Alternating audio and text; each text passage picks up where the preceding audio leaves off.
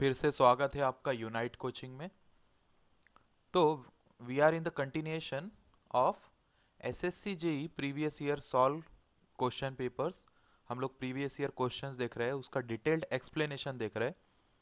तो चलिए अगला क्वेश्चन देखते हैं। The commonly use method for quick determination of water content at field embankment is, क्या बोल रहा है वो? Commonly used. अभी सिंपल क्वेश्चन लग रहा है ना, मोस्ट कॉमनली यूज बस बोल रहा है वो कौन सा टेस्ट है for the quick determination of water content at field. ये बहुत सिंपल लग रहा है, बट इसमें as I am telling you again and again कि इसमें बहुत सारे क्वेश्चंस हम लोग कवर करने वाले हैं, क्योंकि ये डिटेल एक्सप्लेनेशन देख रहे हैं। सिर्फ अगर आप एमसीक्यू सॉल्व करते हो, करेक्ट आंसर देखते हो, तो उसमें आपका प्रैक्टिस नहीं होगा। It will not be considered as study, वो जैसे मॉक टेस्ट जैसा हो जाएगा। बट इसमें हम लोग क्या कर रहे हैं, डिस्क्रिप्शन के साथ इसको सॉल्व करें, मतलब हर ऑप्शन का हम लोग आंसर देख रहे हैं।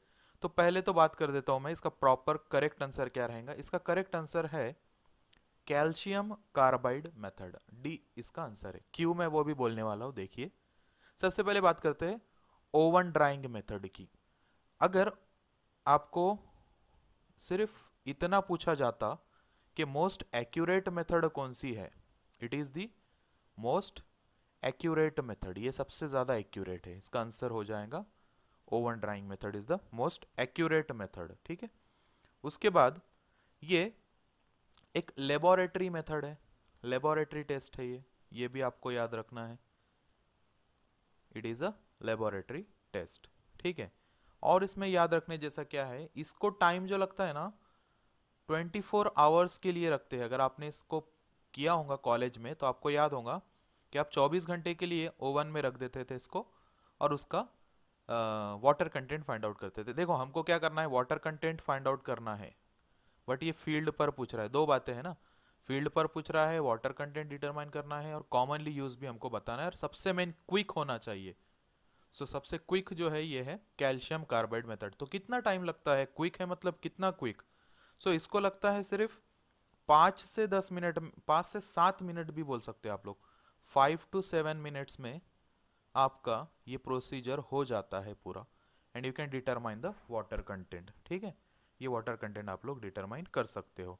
अब इसका और एक एडवांटेज क्या है, दिस मेथड का, ये सबसे क्विकेस्ट तो है ही, बट इसको आप लैब में भी यूज कर सकते हो एंड फील्ड पर भी यूज कर सकते हो, दोनों पर आप इसको यूज कर सकते हो दिस कैल्शियम कार्बाइड मेथड में। ठीक है। देन सैंड बाथ मेथड पर आते हैं। सैंड बाथ मेथड के बारे में मैं थोड़ा बोल देता हूं। ये भी एक फील्ड टेस्ट है। ठीक है, इतना याद रखो कि this is also field test, ये भी एक फील्ड टेस्ट है। ठीक है। फिर इसके बारे में और क्या बोलना है कि ये जो रिजल्ट्स देता है ना, they are not very accurate. इसके जो रिजल्ट्स होते हैं ना, the results by this test are not very accurate. इसका ज्यादा एक्यूरेसी नहीं देता है वो। ठीक है, ये क्या याद रख लेना है आपको। सैंड बाथ मेथड के बारे में मैंने आपको बोल दिया। ठीक है।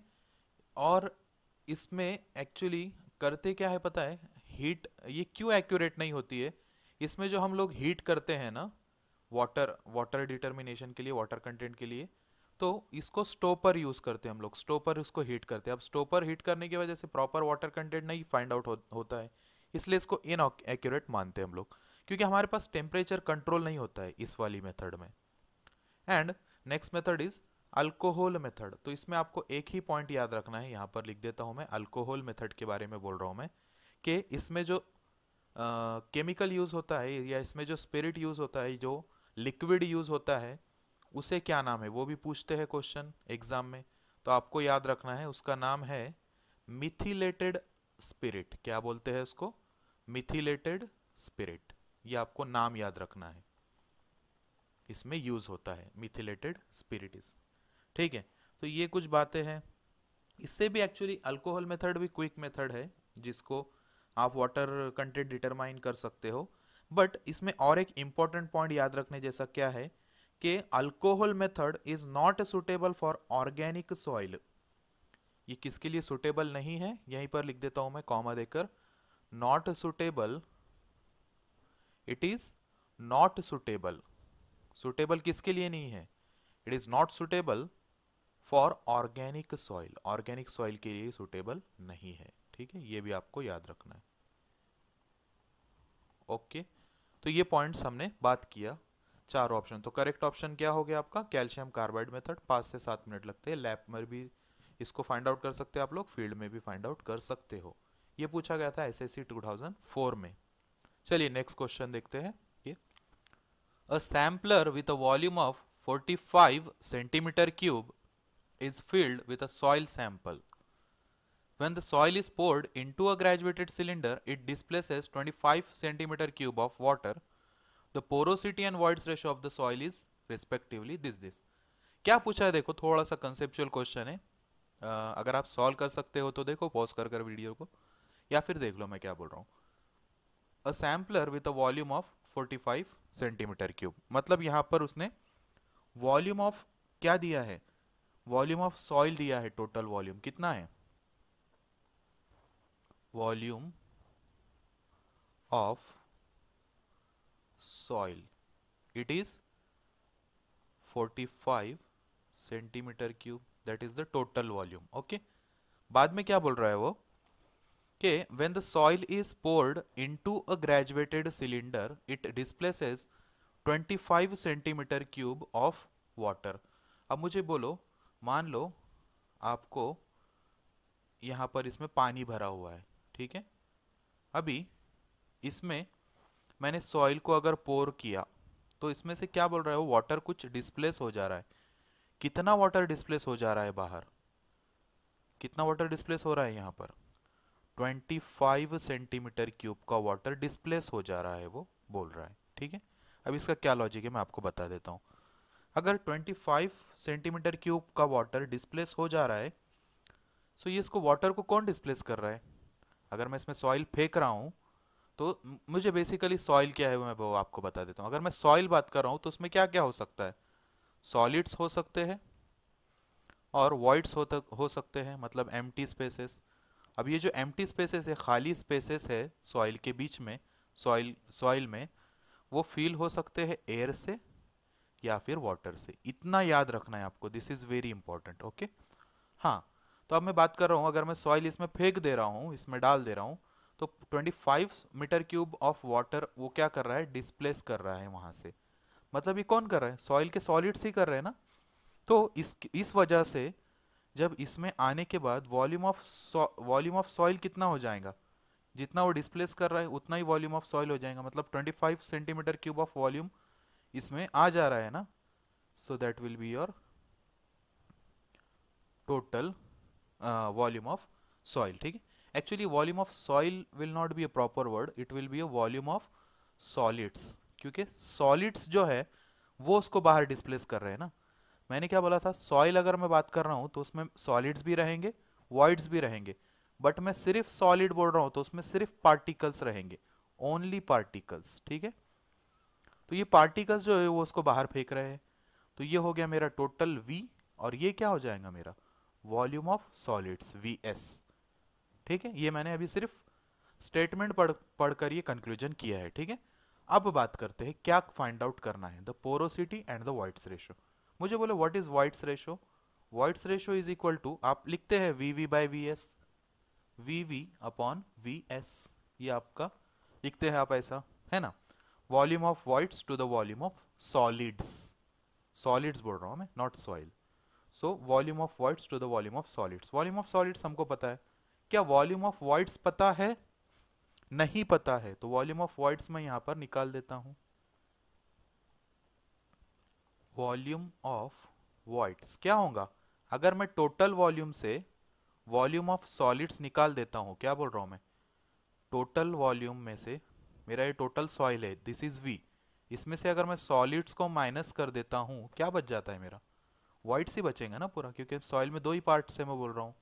फिर वॉइड्स में क्या है वो हम बाद में देखेंगे, बट अगर मैं सॉलिड्स निकाल देता हूँ तो मेरे पास वॉइड्स ही बचेंगे। तो वही यहाँ पर मैं लिख रहा हूँ। टोटल वॉल्यूम कितना था सॉइल का? इट वॉज 45 सेंटीमीटर क्यूब, उसमें से मैंने सॉलिड्स निकाल दिया 25 सेंटीमीटर क्यूब का। अब कितना बचा वो?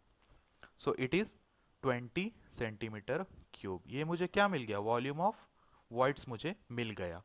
ठीक है, सो मैं ये वैल्यू पुट कर सकता हूं, volume of voids is 20 divided by volume of solids is 25। कितना आता है आंसर, 0.80।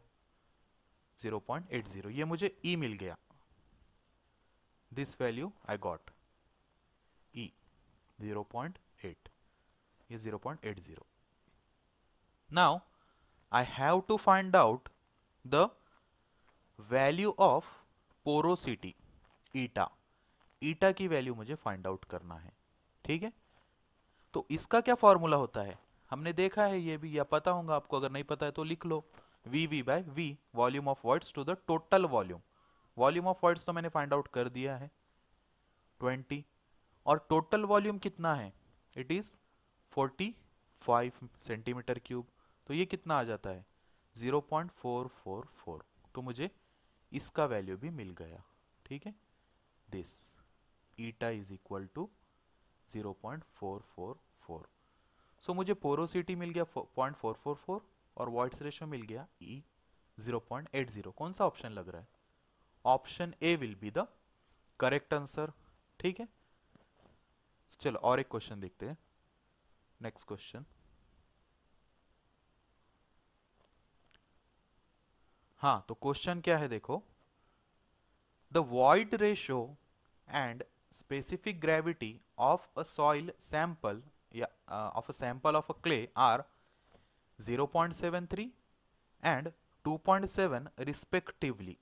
ठीक है, इतना दिया है उसने। उसके बाद क्या बोल रहा है, if the voids ratio, if the voids are 92%, voids यहाँ voids ratio नहीं, यहाँ पर voids बोल रहा हूँ मैं, बोलता हूँ आपको क्या कंसेप्ट है इसका, it is 92%, okay, and bulk density नहीं, कॉमा दिया है, bulk density, dry density and the water content will be, हमको ये फाइंड आउट करना है, ये तीन चीजें फाइंड आउट करना है।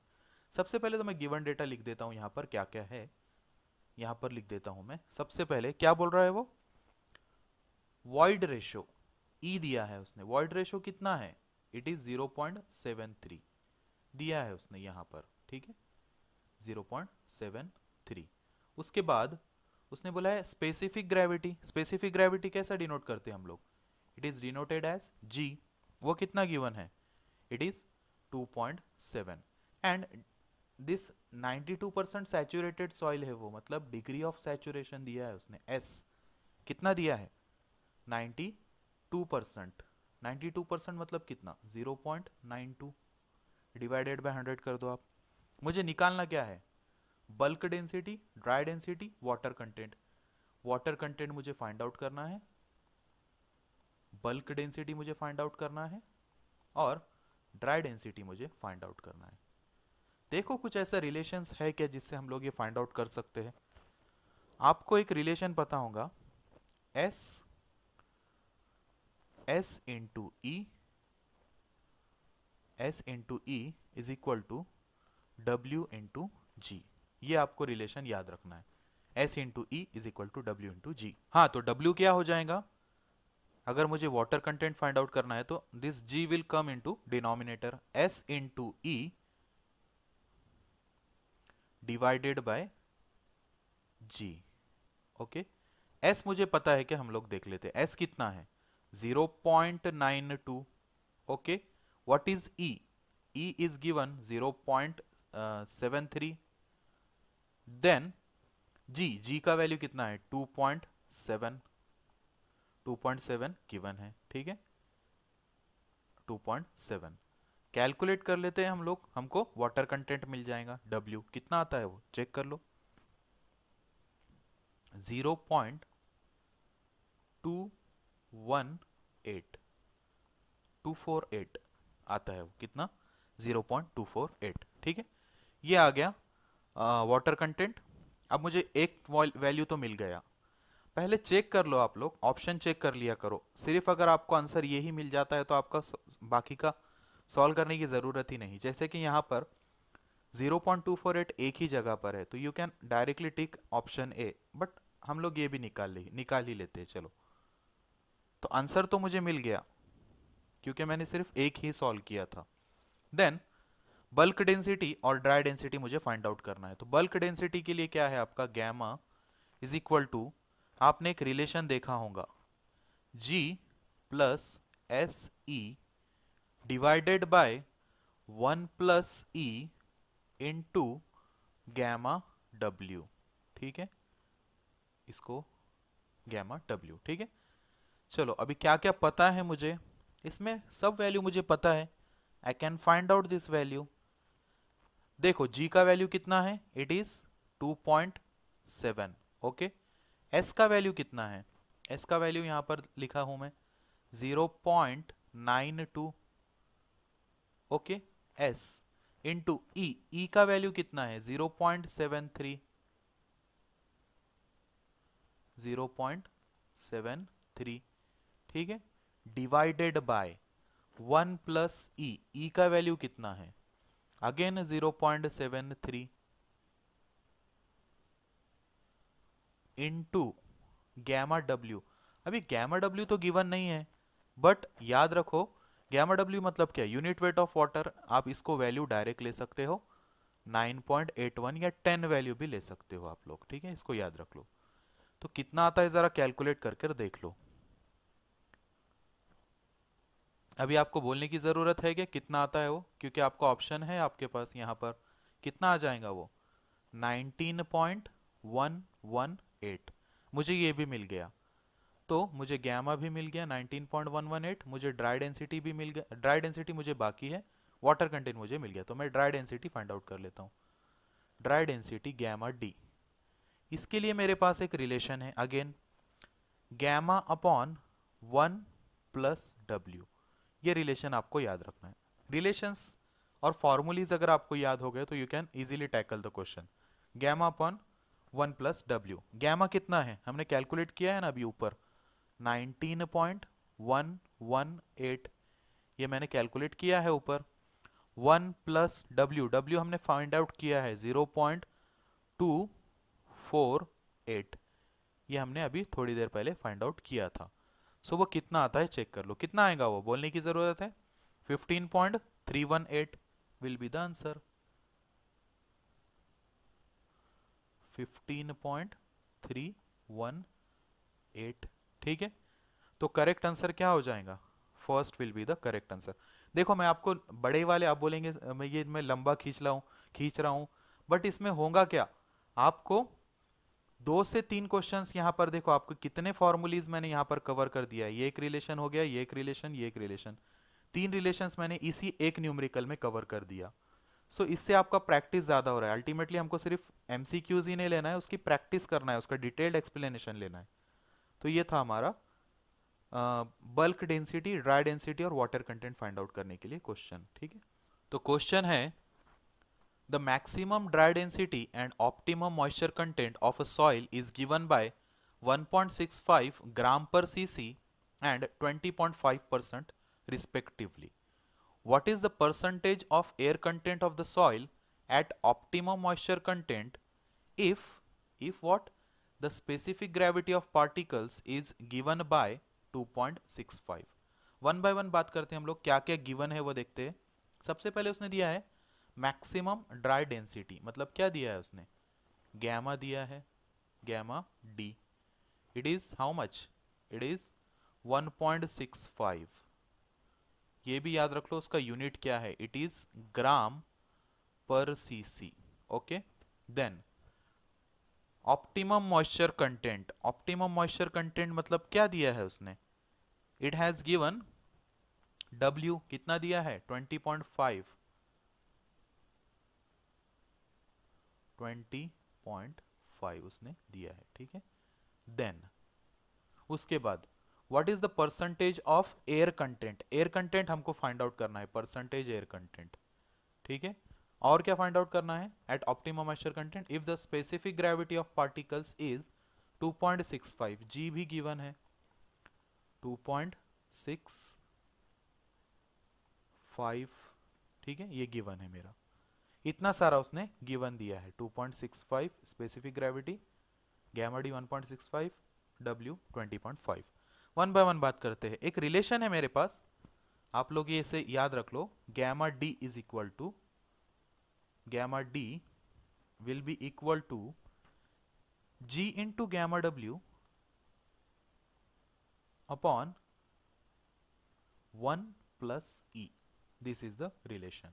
ये आपको याद रखना है. Gamma d is equal to G into gamma डब्ल्यू अपॉन 1 प्लस ई. ठीक है, इसमें मुझे क्या क्या पता है और क्या पता नहीं है, किसकी वैल्यू मैं पुट कर सकता हूं. गैमा डी मुझे पता है 1.65, ये मुझे पता है. ठीक है, देन जी का वैल्यू कितना है? जी का वैल्यू है मेरा 2.65. ये वैल्यू भी मैं पुट कर सकता हूं. इनटू मल्टीप्लाई बाय गैमा डब्ल्यू कितना लेते हैं हम लोग? मैंने बोला था आपको कि वो आप किलो न्यूटन पर मीटर स्क्वायर, उसके बहुत सारे यूनिट है. मैं एक बात कर यहाँ पर उसको भी बता ही देता हूँ. चलो, गैमा डब्ल्यू ना, अभी मुझे बोलो आप लोग, यहाँ पर कौन सा यूनिट दिया है इसने? ग्राम पर सीसी दिया है. तो हमको गैमा डब्ल्यू भी क्या लेना पड़ेगा? ग्राम पर सीसी ही लेना पड़ेगा. अगर गैमा डी हम ग्राम पर सीसी ले रहे हैं तो ग्राम पर सीसी में याद रखो उसको लेते हैं 1 ग्राम पर सीसी. ठीक है, इज इक्वल टू कितना होगा ये? अगर आपको इसको केजी पर मीटर क्यूब में फाइंड आउट करना है तो 1000. ये कन्वर्जन याद रख लो आप लोग, 1000 केजी पर मीटर क्यूब. ठीक है, ये भी आपको याद रखना है.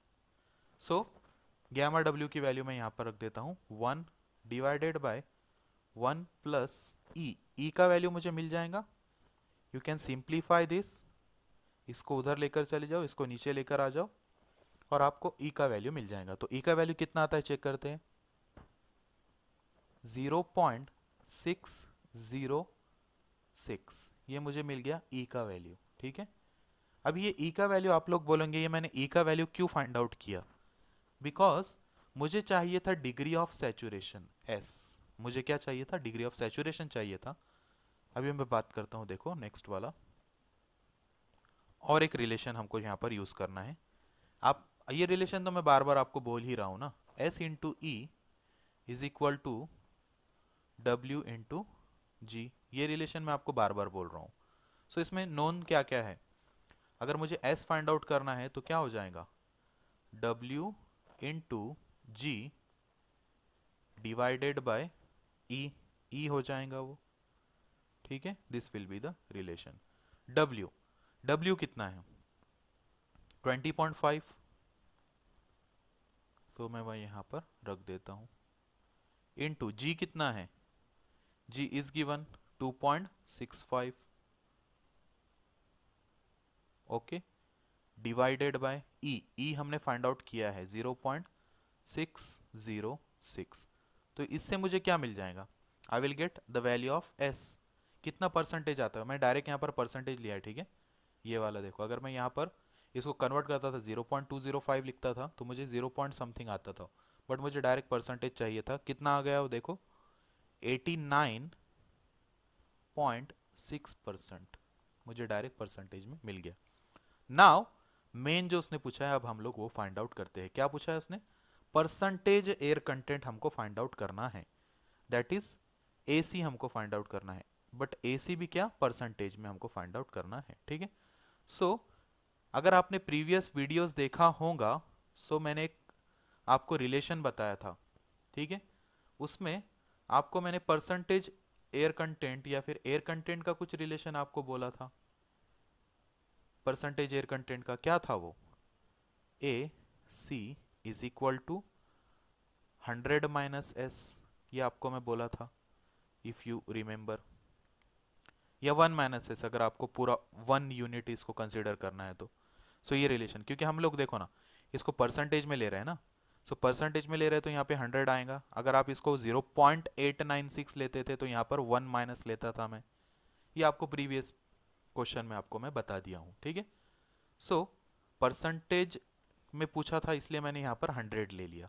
सो 100 माइनस 89.6. ठीक है, कितना आता है वो? चेक कर लो आप लोग. It comes as 10.4%. ऐसा कोई ऑप्शन है क्या? देख लो यहाँ पर. So this is the correct answer. देखो काफी डिफिकल्ट क्वेश्चन था बट एसएससी 2017 में ये पूछा गया है। ठीक है, सो इसमें भी आपके बहुत सारे क्वेश्चंस कवर हो गए, मतलब बहुत सारे फॉर्मूलीज आपके यहाँ पर कवर हो गए हैं। ठीक है, सो ऐसे ही हम लोग और न्यूमेरिकल्स लेने वाले हैं। पूरा आपका डिटेल्ड एक्सप्लेनेशन आपको इसमें वीडियोस में दिया जाएगा। तो अगर ये वीडियो आपको पसंद आता है तो प्लीज़ चैनल को सब्सक्राइब कर दो, वीडियो को लाइक करो, और ऐसे ही वीडियो अगर आपको चाहिए तो कमेंट में हमको बता दो। Thank you.